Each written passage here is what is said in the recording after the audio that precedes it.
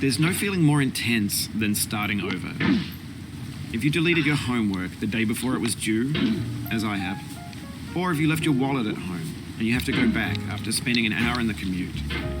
If you won some money at the casino and then put all your winnings on red but it came up black. If you got your best shirt dry cleaned before a wedding and then immediately dropped food on it. If you won an argument with a friend and then later discovered that they just returned to their original view. Starting over is harder than starting up. If you're not ready for that, like if you've already had a bad day, then what you're about to go through might be too much. Feel free to go away and come back. I'll be here. Alright, thanks for coming with me on this trip. I'll understand if you have to take a break at any point. Just find a safe place to stop and quit the game. And don't worry, I'll save your progress, always. Even your mistakes. This game is a homage to a free game that came out in 2002, titled Sexy Hiking. The author of that game was Jazzuo, a mysterious Czech designer who was known at the time as the father of B games. And B games are rough assemblages of found objects. Designers slap them together very quickly and freely, and they're often too rough and unfriendly to gain much of a following. They're built more for the joy of building them than as polished products. In a certain way, Sexy Hiking is the perfect embodiment of a B game. It's built almost entirely out of found and recycled parts, and it's one of the most unusual and unfriendly games of its time. In it, your task is simply to drag yourself up a mountain with a hammer. And that act of climbing, in the digital world or in real life, has certain essential properties that give the game its flavor. No amount of forward progress is guaranteed. Some cliffs are too sheer or too slippery, and the player is constantly, unremittingly in danger of falling and losing everything. Anyway, when you start Sexy Hiking, you're standing next to this dead tree that blocks the way to the entire rest of the game. It might take you an hour to get over that tree, and a lot of people never got past it. You prod and you poke at it, exploring the limits of your reach and your strength, trying to find a way up and over. And there's a sense of truth in that lack of compromise.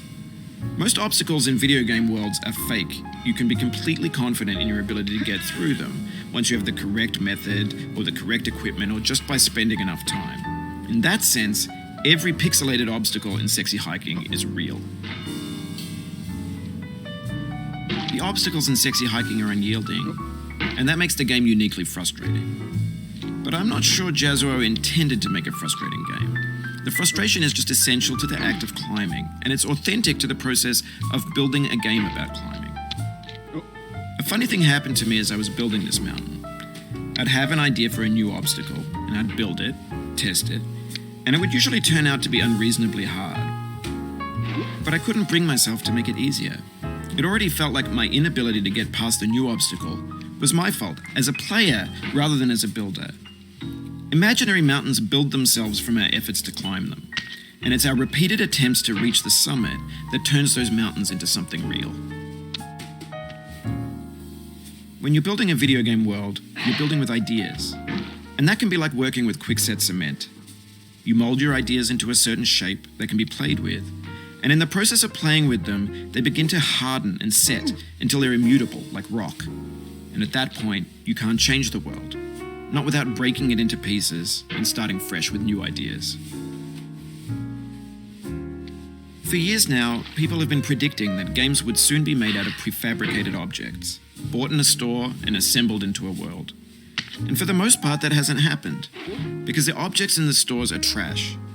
I don't mean they look bad or that they're badly made, although a lot of them are. I mean they're trash in the way that food becomes trash as soon as you put it in the sink. Things are made to be consumed and used in a certain context, and once the moment is gone, they transform into garbage. In the context of technology, those moments pass by in seconds. Over time, we've poured more and more refuse into this vast digital landfill that we call the internet. It now vastly outnumbers and outweighs the things that are fresh and untainted and unused.